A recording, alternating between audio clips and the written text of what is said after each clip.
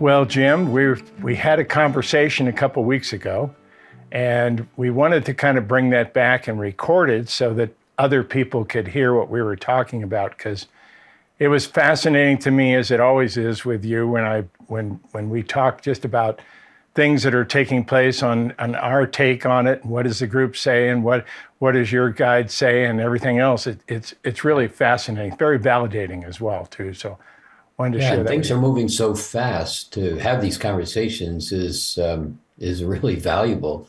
I mean, for me, just to kind of listen to where you and the group are is a good sounding board to just kind of validate the things I'm hearing. And Yeah. sometimes it's 100% right on, sometimes it's 90% on. So that little variation begins to give me kind of new pieces to look and play with. So Right. I'm always grateful to have these kind of conversations. Kind of a new perspective to look at from time to time too. So yeah, there's so much going on between everything that's taking place with the earth, everything that's happening, and the group has been talking about this portal that's opened and what that Yes. means and what that looks like. And the more and more that I see what they're talking about now, I can see the effects of it. I didn't see it in the beginning, but I'm starting to really see what they were talking about and what is taking place with it. But it's an Now, interesting situation. let's start there Okay. because I find that that opening that kind of occurred in March around the time of the equinox was really fascinating at the time. And one of the aspects of it I watched in my analogy is it's as if the sun just came over the top of the mountain in the morning. This kind of beam of light came Yeah. in. It was kind of breaking up the veils, as we used to call them. But one of the pieces that I found was this really incredible sense of love in the heart. And I didn't understand that when it was a wonderful feeling, but I didn't understand it. But kind of as it's unfolded now into this part of the summer where we're beginning to play in passing this solstice, the piece that became so fascinating to me was consciousness was beginning to present itself in the form of intelligence, knowledge, and wisdom. It was just simply Yes. beginning to present. And I think that is a massive shift in humanity as a whole, and probably all that is. So, Yeah, no, I have to agree with you. And in March when we basically opened that whole portal and the whole thing started to change, you could feel it.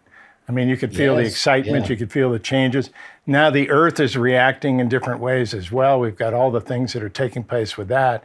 But at the same time, and it's very interesting that you talked about love, because that's what the group keeps saying. How much love can you hold? How much can you hold in your being and walk with that on a daily basis? It sounds very simplistic, but it's not, and it's not easy to do, obviously. yeah. But And this word love is really deceiving yeah, in a way, because we think we know what love is, and yet it's so vast. When you begin to break it down and you start to look at words and the feeling of words like gratitude, appreciation, even words like certainty and capable, when you feel those words, they're all heart words. And they basically are aspects of love presenting itself. And so when you begin to play in that context, love becomes really a very vast opportunity for possibility and joy. yeah, I agree. I absolutely agree. I think that's the big piece that we all have to figure out. You know, we all want to do something. We all want to be there. We all want to raise our vibrations and so forth. But on this planet, we are so incredibly divided in many different ways. Yeah. And a lot of that is, just a lot of it's actually just the evolution that's going on. The group keeps talking about this crazy pendulum swinging back and forth, and how that does settle down at a certain point. Well, I keep waiting for that to happen, because these Yeah. swings back and forth are just absolutely crazy for me sometimes. Yeah. And I'm not sure they're going to stop anytime soon. So, from my point of view, it's like, okay, how do you look at it differently? Right. How do you basically recognize these swings are going to happen? But how do you, as an individual, find balance, calm, present awareness, and observe what's going on rather than sticking your finger in the light socket, playing the game of Right. the swinging back and forth? And I Exactly. think that's really the message to the individual in this shifting space is kind of step back and find your own balance. And we get caught up in things like that. It's better to give than to receive concept that the religions have passed on forever. But I watch that, and so many people don't know how to receive. That's it. They're just giving, fixing, and let's fix the world. And when the world gets all fixed, then I can take care of me. Backwards, completely backwards. Exactly. No, you got to put yourself first. We're actually starting the group wants to do a whole thing on prosperity coming up and what that's really like. And they said, we're not experts at money because we don't deal with money, but we deal with prosperity all the time. So it's kind of an interesting concept to be working with that. I'm looking forward to that quite a bit. Yeah, and the thing where this shift is going, it's moving into two configurations. The first one is, because of all the culture wars and the pendulum swing, is going to be very dystopic. It's going to be really challenging. And one of the reasons is, and we'll talk about technology in a minute, but one of the reasons is the changes are so vast and so quick that the humanity can't stand and look at those changes and accept them. We're so caught up in our status quo, how it is, how it should be, and looking at the past to set the future in motion. And the past doesn't look anything like the future. That's right. And I think that's where the conflict is in people not knowing how to adjust and adapt and become kind of the abundance that's being presented. We just did this whole aspect of working with negative emotions and what that was like and seeing the gift in it. And basically, it's about shifting your perception consciously learning to shift your perception in different ways. We've been working with some of that in Lightmaster as well for many years on even a physical basis to be able to see more out of your peripheral visions, because when you go into fear, the first thing that closes down is your peripheral vision. So we've started working with many of these aspects to do it, but the energy has gotten so tight in recent months and even weeks. It's been absolutely astounding to happen with what's been going on. And I think we also feel the pressure from the planet itself. We're all part of that and tied in with that. Yes. So you mentioned the little beam of light coming over the top and kind of entering the world. I want to tell you my most recent experience. We've had a very unusual thing happen with the sun. We're not quite sure what all this is about because it hasn't been fully explained yet. But the other day on June 8th, we actually had the opportunity for 99% of the people on planet Earth to see light at the same time. I saw that. That's fascinating. Absolutely fascinating stuff. And the energy of that, I found myself walking around my house one evening last week with this beautiful amber light coming in from the sun that I've never seen before. I had actually never really seen, and it just filled the whole house. I had all the lights off, but it was just this magical opportunity for about 45 minutes where I could just walk through my house and experience almost another dimension in that light. Yeah. And then I realized that, quite a few years ago on my second book, the group talked about a new color coming in that would be between the range of yellow, amber, and gold, which is exactly what I was living in. Nice. So it is somewhat of a prophecy fulfilled as well, that we're starting a new energy, a new light. And obviously we're going to go into it kicking and screaming. That's typically how we do things. We don't step forward into things. We argue, we resist, we do all the things that we seem to be doing now in the separation and so forth. But I think I have great hope. I really do. That we can change a lot of this and then we can shift forward with this, and that the earth will be able to support us too in some of those areas. Yeah, the earth is going through a massive change, and it's much more than climate change. I mean, it has so much to do with the sun, the magnetic fields, how it's all affecting us. But one of the things to this light you're just talking about that I'm kind of finding fascinating, and without going deep into this, we've said all along there's 5 different configurations of present time.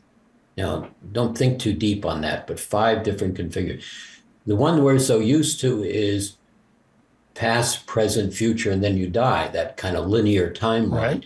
And most people spend very little time in that present time because that's very reactionary, because Right. they've got so much attention on the past and the future. And then something happens and it's like, oh no, this isn't supposed to happen. Well, you're in present time, but that one's very reactionary.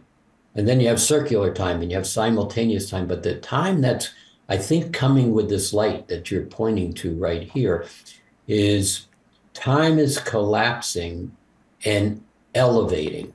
And what I mean by elevating is in the kind of the 3rd dimensional game that we play, life as we know it, Right. it's sticky. So you say, I want to have something happen, and they say, I'll get back to you in 2 weeks. And so you have this drag, this sluggishness in that space. And as this time begins to collapse, past and future start to begin to disappear and come into a presence, but it's elevating and the stickiness is going away. And so the time drag between what you want and what you would like to have is now collapsing. And I think as people begin to start to recognize that, the ability to create for themselves and then have an abundance to give to others is greatly what this whole change is, with that beam of light coming into our reality. I do agree. I think that's what we're looking at. We're looking at the opportunity for us as humans to step up and to anchor a higher vibration, even in this 5th dimensional world. We've moved into the 5th dimension a long time ago, and yet we're still anchoring ourselves in old 3rd dimensional realities, the way we used to do things, the way we used to measure things, and so forth. And I think that a lot of that is starting to change. We're seeing some massive shifts that are going on with a lot of that energy.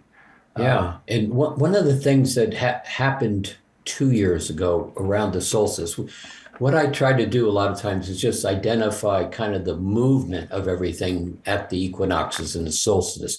I mean, it's a flow of energy. So there's never one point where anything significant happens, Right. unless it's an event like March and this event showing up in August. But in that space, the last 2 years, it was an octave jump. An octave just basically leaped over some of the linear flow that we're so used to. And the nature of the octave began to have an architecture to it that was made up of joy and ease and a lightness and a buoyancy. And it was at that point, and I think you and I had a conversation back then, where gravity is changing. There was an introduction of a gravity shift. And now I don't mean gravity in terms of your feet don't stay on the earth. The gravity was in the mental, emotional body, the tension in that space, the electromagnetic, I hate that person and this isn't working and I'm really angry. That's pretty intense electromagnetic fields that thought and emotion create. And this octave is creating this kind of architecture to step into, to where all of that loosens up. I really don't like this person. Well, maybe I don't really like them that much. I mean, or that badly. And it begins to soften. And I think that's something that people have not grasped as yet. I agree. And if we can start to widen our perception a little bit and even practice that, we're conscious creators. That's the biggest challenge about it. We're conscious creators. We don't know it. We look at something and we manifest it. We absolutely manifest everything that we're touching and going into. And most of the time we think we're playing a game. We think we're following a path when we're actually creating it. So to actually focus on that, to bring in the things that you want, are becoming much more important for you to gain your focus, to know what you're going to be focusing on, to realize that all these people and all these entities and technologies are all trying to grab your focus. They're trying to get your attention. They're trying to lean you in one way or the other to sell you something you didn't want to buy, to get you to vote a certain way, to do something of that nature, or to take sides in anything. And I think that whole time is teaching us something as humans. And it's kind of interesting because I think we're all working with a life lesson of grace.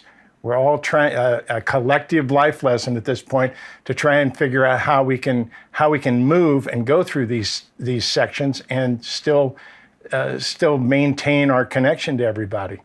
But one of the pieces here that I watch is when you really kind of look at everything going on in the world and you step back and you get into neutral and you get really kind of present and you look, 98% of what's going on in your life has nothing to do with your life. Correct. And we give so much attention to what he said, she said, and how come and why, and the politics. And the thing is, we're missing the point in giving that attention. And it usually winds you up internally, emotionally, when you don't like something you see. Right. One of the pieces of that is if you begin to start to look at everything you're looking at that you're reacting to as a mirror. It's a mirror. It's simply telling you that there's a little point of reception, resistance, resentment, whatever the word is, inside you, or inadequacy or fear or some level of internal judgment or I don't like myself. That as you look at that, you go into resistance to it. And what you're really saying is go away, get out of my life. I don't want to look at this. But if you can look at it as a mirror and ask the question, where is that in me? And then begin to use some of the simple tools that you teach and we teach, is basically to simply dissolve that concept of this is about me rather than about them. Just that construct begins to allow you to feel a whole lot better and get your finger out of that game of that electric light socket that you argue with day in and day out. I think that's absolutely true. I think that's part of what we see. And the technology has hurt, obviously. It's moved so incredibly fast. I do believe that a lot of this has happened because of social media, just simply giving us a house of mirrors. That's exactly what the group said about it is it's fine, communicate with it, get your friends on board, do all this stuff, but you're not getting exposure in there. That is not the real world. It's only a house of mirrors of people that think like you. And that cuts out a lot of exposure to different things. And that's where we get a lot of the right and wrong ideas and concepts that one side or the other side is right. And of course, all the conspiracy theories that float out of that people grab hold of. We've been working a lot with the Bodysuit.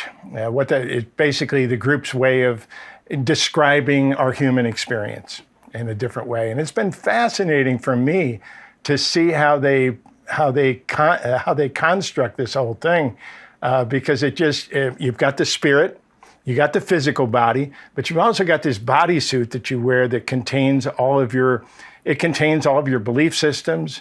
It contains we have two brains. We have the automatic brain, which reacts, and then we have the reasoning brain. The reasoning brain takes a lot of energy. The other one doesn't take energy at all. And the energy, the reaction brain is the one that's in the bodysuit. And it can be programmed many times by life experiences, by our past. We can program it by thinking about something and reevaluating something, but we generally don't. We generally just react a lot of times when we're pretending to be this human structure. And it's been really fascinating to see that way they talk about it. You know, they talk about the automatic brain is what drives your car most of the time. You're thinking something else, your brain's constructing some other situation that you're trying to resolve, and you're driving home. And it knows exactly where to go and what to do, but it's reactionary. Yeah, and you miss the drive. Yeah, exactly. Sometimes you drive too far or something else, some other part of it. Yeah. But if it's raining or snowing, your conscious brain gets a hold and you start driving the car with a different brain. And that is the challenge about us, to find how to clear this bodysuit to where the spirit can come through it very clearly and be able to interact without all the transitions, without all the biases that we naturally carry, and so forth. And to me, that is what the group has been talking about when they talk about this 80-20%, that we are basically 80% physical right now with 20% of our spirit leaking through once in a while. If we are able to reverse that or change it in any form, even if it's 50-50, that evolution will also have a huge effect on the earth, because it'll be less density that the earth has to deal with and support now that she's harboring 8 billion souls too. So yeah, you and I both have an aging group of people that follow us. I mean, we've been doing this for a long time, and we have lots and lots of people that have hung in there, and basically this is part of their life path. But one of the things about people in our age group, and really 50 on, is we live in stories. We have stories. And one of the things that's different about the younger generation, they don't have time for stories. Now, I say that positively. They're moving from event to event. They're in social media. They're bouncing around. Yep. But what they don't do is they don't create stories that they then begin to live their story. They don't look back at, oh, poor me, my life was not good, I didn't have this. Right. And then they live in that story. Whereas many of us at a different age are still looking back at our stories. And to a great extent, similar to what I said a minute ago, our stories have nothing to do with us today. Not today. That's right. We don't live with that tribe. We don't go to that school anymore. We don't have that divorce. But yet we construct ourselves based on our story. And that's going to begin to be, it's not beginning, it's troublesome, because we keep trying to recreate the world based on our stories. Right. And this technological shift, artificial intelligence, is simply a little child that is beginning to say to mommy and daddy, how do I grow up? Exactly. And so people are throwing rocks at artificial intelligence, but it's the mommy and the daddy that's feeding the story to the little kid to basically decide how it's going to navigate the world going forward. And it's happening so rapidly that those of us who are caught in our stories are trying to tell that artificial intelligence, well, this is how you need to do it. And when you got such a polarization in everybody's opinion of how it should be done, that little child AI is going to basically adapt its story and then begin to create its own story. Well, now you've opened up the whole technology part. Here we go. Yeah, I love this part. Well, first of all, let me address the story part, because that's what the group says. Basically, we do when our spirit has a direction and our bodysuit has a belief system or something in the way or something else that it's been taught, some bias that is naturally in the bodysuit. And we've got tons of them, but we have biases in the bodysuit. When the spirit doesn't agree with the bodysuit makes up a story. And that's exactly what you're talking about. It rationalizes things by making up these elaborate stories. That's actually what our new modality is based on, the CLP, the Cognitive Life Path Programming, is about rewriting the story. That's one of the techniques that we use to try and do it. Rather than have our story fit into the world, we're going to rewrite the story to give us more capabilities and more interactions. But that's fascinating. And oh my God, AI. The thing that's so fascinating to me is I'm watching a lot of these pieces come together, and where I said this whole new presentation of that beam of light coming over the mountaintop is made up of intelligence, knowledge, and wisdom. And it's consciousness. It's all that is. It's creator, God, Allah, whatever you wish to label consciousness and spirit. It's beginning to present itself. And one of the fascinating aspects of technology is technology always precedes cultural reinventing itself. Yes, it does. Whether it was electricity, fire, sanitation, agricultural harvesters, the cell phone, the culture that shifts out of that is always directed by the technology. But this time, what's fascinating is that intelligence, knowledge and wisdom is basically presenting. And one of the things where people are looking at this technology and panicking, and I think rightfully so, there's going to be bad things that are going to happen out of this use of artificial intelligence. But intelligence and knowledge and wisdom don't set out to say, let's get rid of all of that. Right. Intelligence is not about destroying itself. And so you're watching this culture shift in technology, this intelligence coming in, and basically the human is evolving into the intelligence. Integrating, It's absolutely. going to begin to function in a place that says, why do I have this gun in my hand? It doesn't make any sense. And we'll put down the gun. Now, there's lots of chaos between here and there. But the fact that it is now presenting in this manner of opportunity, abundance, well-being, you're going to see massive shifts in technology that are going to start to allow humans to think differently. But be clear, there's chaos before there's the massive abundance. Absolutely. But the consciousness is stepping into the game. There's some fascinating things that we've talked about. You and I have even talked about this. Everybody's very afraid of AI right now because they're understanding really what the capabilities are. The truth is that with facial recognition that's already here, just the information that's already here, it is possible for people to take a picture of you on the street, run it through certain databases, and know how you vote, what kind of foods you like. They know basically the whole opportunity about you. So, and this comes back to something else the group has said, we're living in the times of no more secrets. And that's scary stuff, but yet it's also very freeing. So yes, they can tell a lot about us, they can understand us, they can mimic us, they can, and yes, of course, there's going to be bad actors that use this technology, just like any technology. There's going to be people that abuse it and move it in different ways. But I love the analogy that you have about the baby, about the infant being taught, because that's exactly what this is. I don't think we're going to have any laws that are going to keep it in check. It's already too late for that. We've already let the genie out of the bottle, so to speak. Exactly. But I heard one thing that just cracked me up on one hand, and on the other hand, I couldn't stop thinking about it. They apparently started this rumor on social media in the UK. And somebody simply said, why don't we teach AI to run our governments?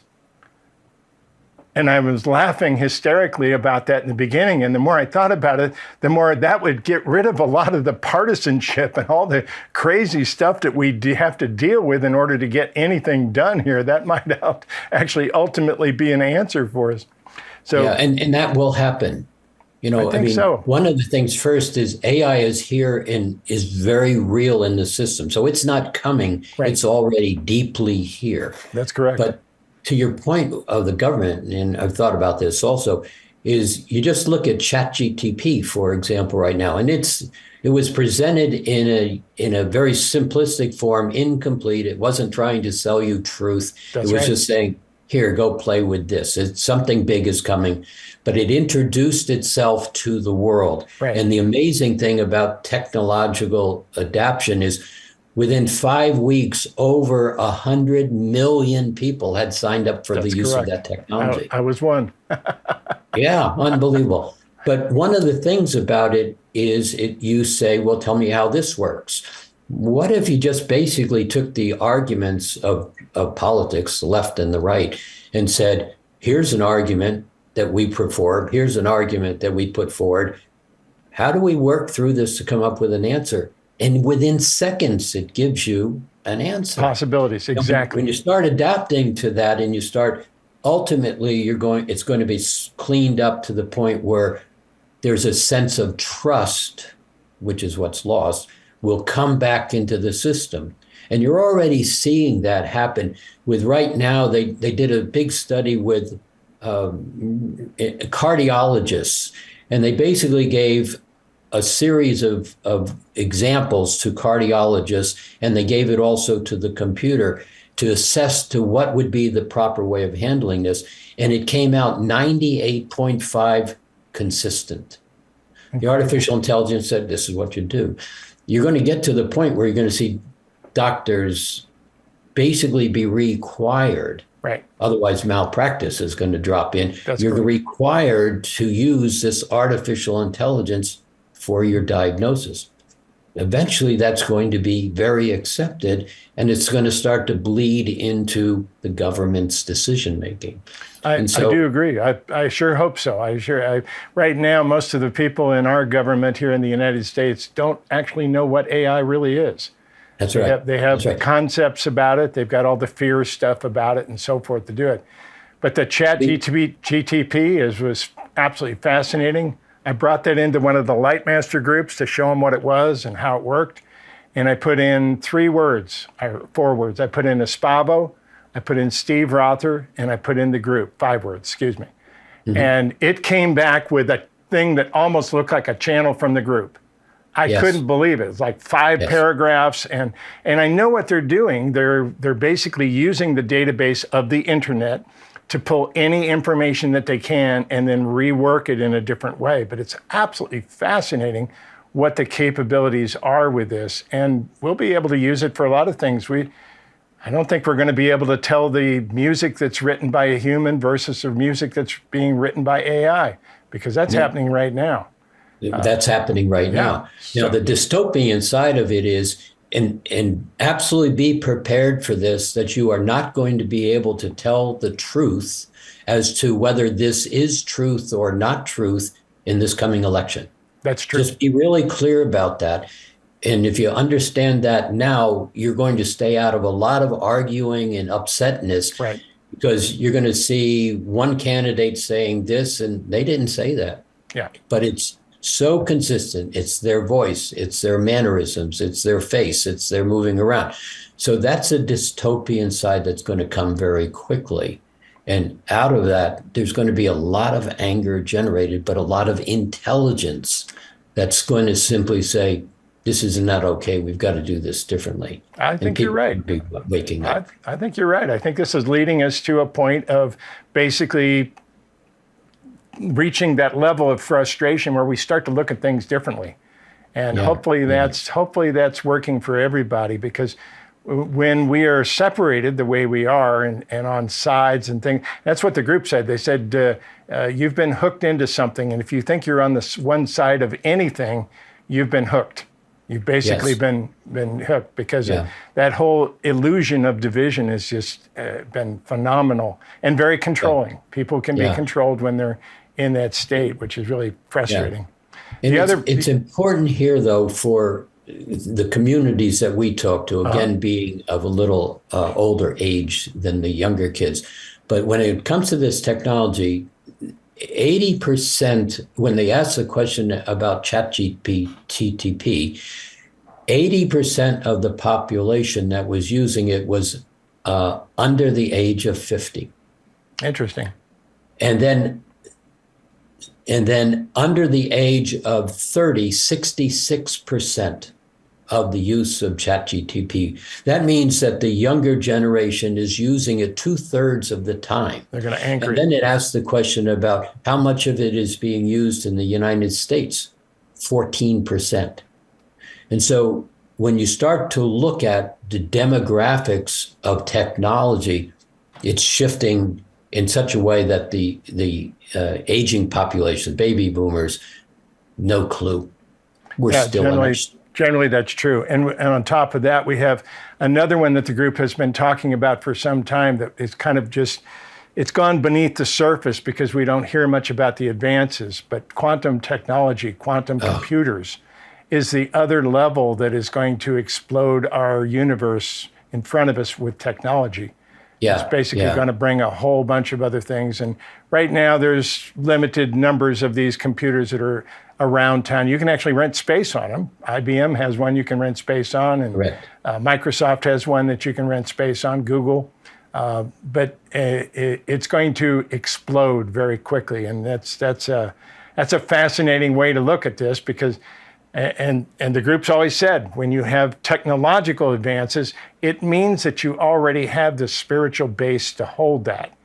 It doesn't mean that it's not going to cause problems in your societies. It is. It's going to, because we're reactionary. We're in the bodysuits all the time. So we're reacting to things that don't fit our story, basically, and don't fit in different ways. But the reality is we've got some really exciting changes coming, and I'm thrilled that the younger generation has a grip on this. I really am. Yeah. And I think the message to kind of our communities is pay attention. This isn't a direction, do something or watch out. There's no fear in this messaging that I think either you or I expressing here. But you're about to be confronted with something generally unimaginable to the bodysuit, as you're talking about it. It simply is so caught up in our stories and our status quos that you're going to be very disrupted. And that doesn't mean bad. It just means start to notice, because we're not talking a future 10, 15, 20 years away. We're talking a massive disruption in how you perceive things in the next 2 to 3 years. Exactly. And the shift on the planet is also playing into this. We've seen not only unusual things like this new light that's happening, but and I don't want to bring this up out of fear, but the planet is changing rather drastically, which is why we had 4 days in a row where we set new records of heat on planet Earth. Yeah. The hottest days ever possible we had last Monday, and then Tuesday we set a new record, Wednesday we set a new record, I think Thursday we had a day off, and then Friday we set another record. Yeah. So it is changing pretty drastically, and we can still anchor this. We can still stay here. We can still work with the earth in different ways. But I think it has a lot to do with our spiritual weight on the planet, and basically how much we're relying on that in different ways. And that is an opportunity for all of us to step up, which is what this portal was all about. Opening up to other dimensions, bring some of our own perfection back. To be able to look at ourselves in a much more responsible way of who we really are at this moment, with all of our imperfections and everything else, and still step forward as spirits. And I think there's something happening here, and you've referenced this, and the group's referenced it, and correct me if I'm saying this wrong, that many of you are coming back, you're 300 years out in the future, coming back here to deliver a message. Did I understand that correctly? Yeah, no, that's exactly what they said, that many people are here, especially many people that follow our work, you and I. Yeah. There's a lot of people that came back from 300 years in the future. Everybody wants to know why they came back, what that was about, and so forth. And the group is giving me nothing on why they're back or any other part, but to ground this energy, to make choices in a positive way rather than to be reactionary. I'm sure that's one of the things that I'm aware of is so many people of this baby boom generation age didn't come here to particularly do anything, but you came here to hold the dream. That's right. Now I'm referring to, I'm going to use this as the dream of Atlantis without going into Atlantis. There was a dream of a consciousness that was about well-being, fifth dimension, in physical form, operating as a soul in physicalness. That was the dream. And I think so many of us in this age group hold that dream with great passion when you start to, people burst into tears when I just make that reference to the dream of Atlantis.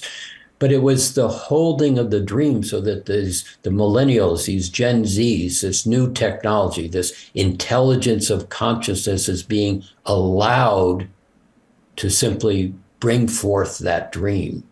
And in that context, I fully believe this is what's going on.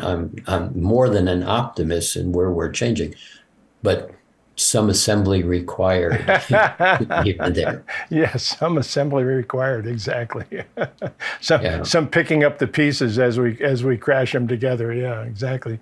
But that is what happens, though, and that is the most important part of it. Like I said, we were just doing this thing on negative emotions. which was an interesting part to me. Why would the group want to be talking about negative emotions? And they really likened it to, we went back to the storyline. What is a story in your life? And if you were going to write a story, if you were going to be a playwright or going to write a book or anything of that nature, you have to have those negatives in there. You have to have the challenges. You have to have the things to overcome.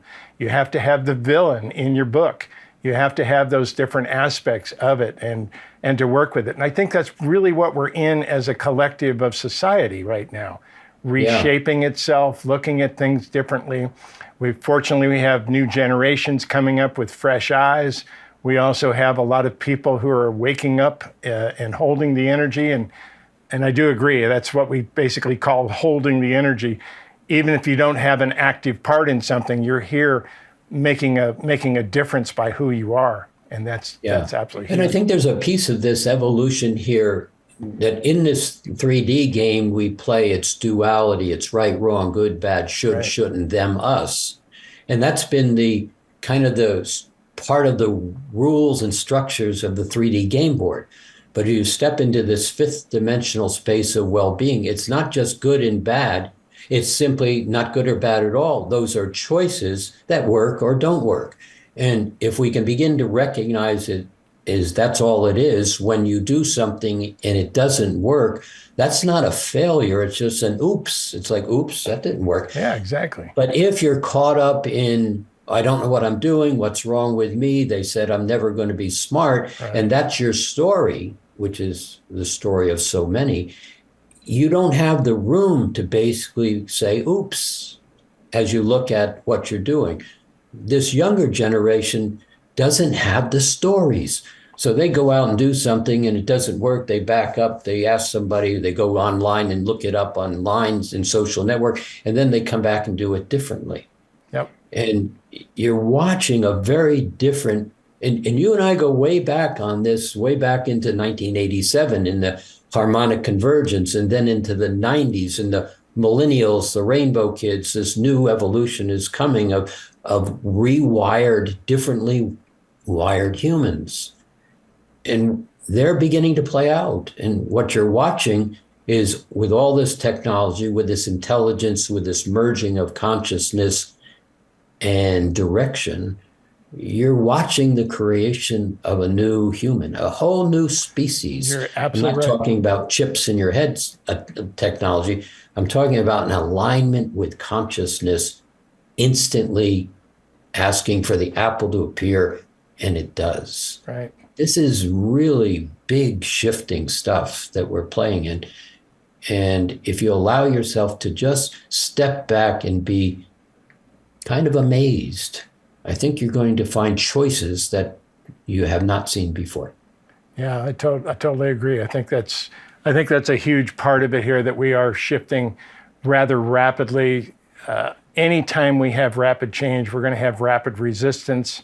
We're going to have all the energies around that we'd see.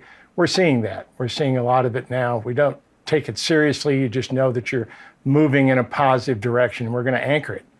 And I do believe that the new humans are here. I do believe that that's exactly what the group's message has been too, that there's beings being born on this planet right today that are going to change a lot of things, and they think quite differently than how we've thought in the past.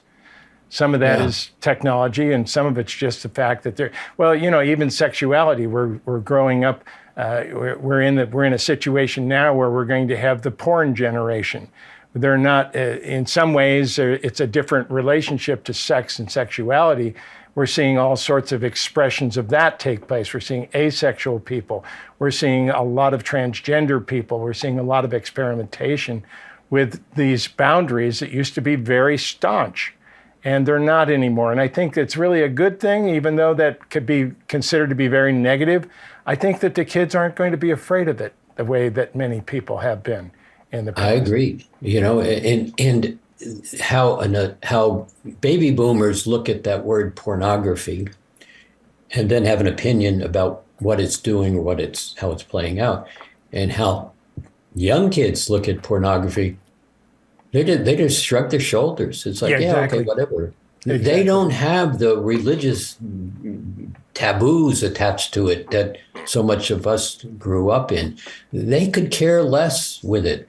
And there was a recent survey about pornography in young people, and the thing they were most concerned about was sex trafficking. Yes.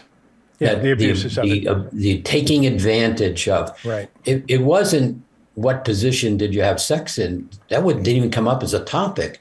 It was the abuse of what was going on. And so that gives me a lot of encouragement.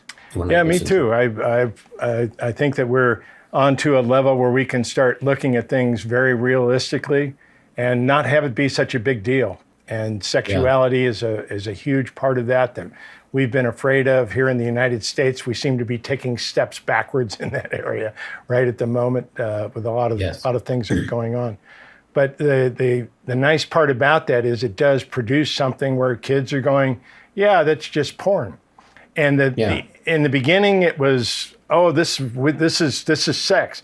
That's not sex. Sex and porn are two different things. So exactly. If we understand that, we know how it's made and what that's about, then it's a different type of situation. Yeah. But I think they're approaching it with a very realistic approach. And if we can have that and encourage that in all areas, we're going to have a whole new generation of people on this planet in a fairly short time. And we absolutely need that. Absolutely. Well, and you can take a look at things like racism and sexism and all of the isms that we bump into when you start to look at, in the politics in the United States right now, you're watching a lot of the conservative states and the conservative old white men, basically of both sexes in some cases, arguing for the fact that the white population is no longer 50% or dominant in the United States. It's falling away. But you look at the young kids and they hang out with each other and they don't have a lot of differentiation. Yeah, exactly. So again, you're watching the stories and the different realities of how generations are beginning to look at it. So there's your clash that's going on pretty much across the board in the old versus the young, and my ideology versus your ideology, and I have power, so I'm going to impose it over you. This whole thing around transgender is insulting. Yes, on the face of it, is you're telling kids that they can't experience themselves on their terms. And that's simply challenging in today's world. I think we've got a fair amount of that going on in different areas, but I think you're absolutely right. It is an older generation that's doing that. And it's basically a lot of the people that were living by their stories. They're trying to bring their stories and enforce their stories on everybody else, enforce their truth on everybody else. It's and I don't think it'll last. I do. No. Go back to that one point though, where we're living our story, and young kids aren't living that story. That's right. And so what would happen if you just simply began to really take a consideration that what's important to me, does it play in my life? So much of the events going on around me, the news media, the CNN, the Fox News, it's simply just bad news. Right. It's not telling you anything of significance. It's just creating anger and resentment and fear. And so, how do you wish to look at your world and choose what you wish to bring into your space? That's it. It's something that we've said for some time, that the vibration of fear and the vibration of excitement are identical. One steps forward into possibility, opportunity, and excitement, and the other one steps back into doubt, uncertainty, and concern. One locks down, one expands. And when you can step out of the what's going on in driving my life and make a decision of what's important and what not to pay any attention to, your ability to simply get out of fear and step into excitement is so much more comfortable than it's ever been before, without all those additional factors that we keep pulling into our life as important. Right. No, I agree with you. I think a lot of what is happening is we're living by the old third dimensional rules. not looking at the possibilities of the fifth dimension, which is so direct, so Yes. quick, so untainted by all the stories, all the things of that nature, and people are learning to live in a different way and really control their own creation abilities. Yeah, That's really yeah. what this is. Yeah, we identify fifth dimension as simply well-being. That's it. We don't put any other words on it, except when you say, well, what's well-being? It's co-creation, joy, excitement, appreciation, gratitude, integrity, honesty, laughter.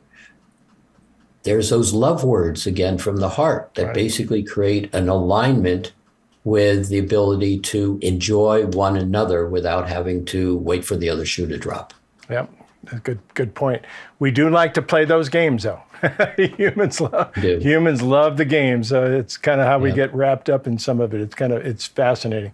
But I do see a change. I see a lot of things going on.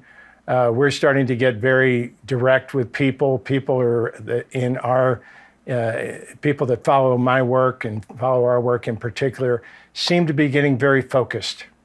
Yes. They're not there just to have a meditation or to go. They want to do something. They want to step into it. They want to create what their passion is. They want to move at this point.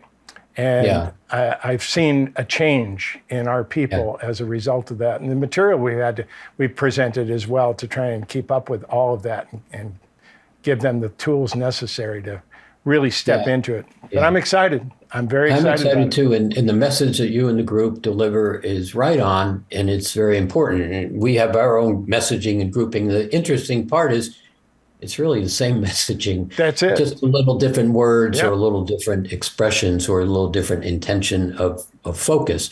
But, our intention is to teach tools and concepts and alignments that allow you to choose how to live your life. And it's in between what we're both doing, I'm excited about the possibilities for where we're going. I am too. And it's fun to get together with you because now we can actually talk about some of the things that we have in common. Even though we're using different words to describe it, we are describing the same thing. And it's always fun, again, to listen to you and the group because it just kind of tweaks my approach into what I'm doing. And, and you'll say something every once in a while, and I go way back on this where I used to just listen to get new ideas. Right. And I think that's where we are a nice, fun sounding board for each other. Awesome. Jim Self, thank you so much for doing this today. I'm glad we had a chance. Like I said, we had this conversation a couple of weeks ago, and we decided to record it and have the conversation publicly so people could kind of see what both of us are thinking and where we're at. So I open the opportunity to do it every few months. Yeah, that's what I'm thinking. That's exactly what I'm thinking. Sounds good, Jim. Thanks for being with us, buddy. We will do this again soon. Great. Thanks. I appreciate you. And that's all for now.